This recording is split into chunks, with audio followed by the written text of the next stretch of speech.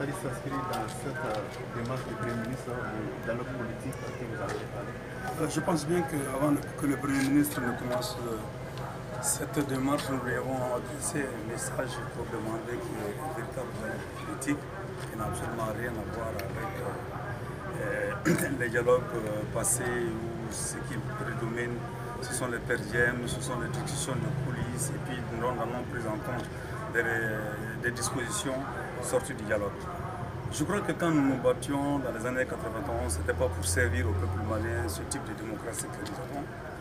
Ce n'était pas pour faire en sorte que le Malien puisse avoir des difficultés à scolariser son enfant, à se soigner, et à avoir des difficultés d'accès au coin et le gros coin du pays à cause du manque d'infrastructures routières, etc. On ne s'est pas battu pour un tel Mali.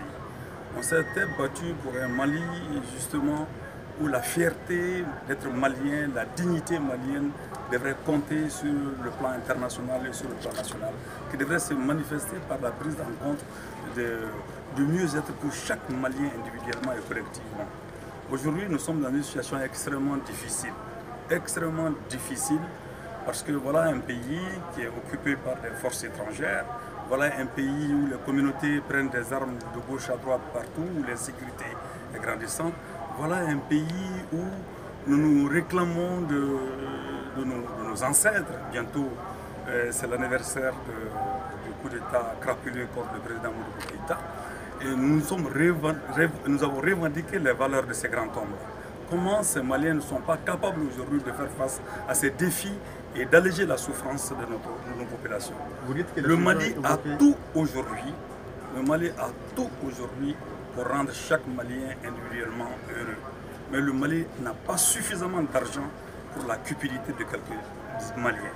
Alors donc nous avons dit, quand on a parlé, on a fait un tour d'horizon sur les questions qui intéressent le gouvernement. Nous avons évoqué aussi les questions qui touchent aux réformes administratives, les questions qui touchent au pacte social avec les syndicats. Nous avons touché à toutes ces questions, franchement sans tabou. Mais nous pensons simplement qu'il ne faudrait pas mettre la charrue avant les bœufs. Il faut le dialogue politique qui doit savoir cela et sans s'enfermer dans un quelconque juridisme qui ne nous permet pas de répondre à la situation actuelle. Et puisque nous sommes sortis d'élections présidentielles contestées, que nous avons contestées, parce que nous estimons simplement qu'il n'y a pas eu d'élection. Il n'y a pas eu d'élection, il n'y a pas eu de gagnants, mais il y a eu des gens qui se sont assis quand même au pouvoir avec les moyens qui leur sont propres. Mais l'intérêt du Mali aujourd'hui, c'est que nous pouvons encore parler. Faisons en sorte que nous continuons à pouvoir se parler, que la situation ne se détériore plus qu'aujourd'hui. Et cela passe par le respect des libertés individuelles et collectives, et cela passe par un dialogue politique positif.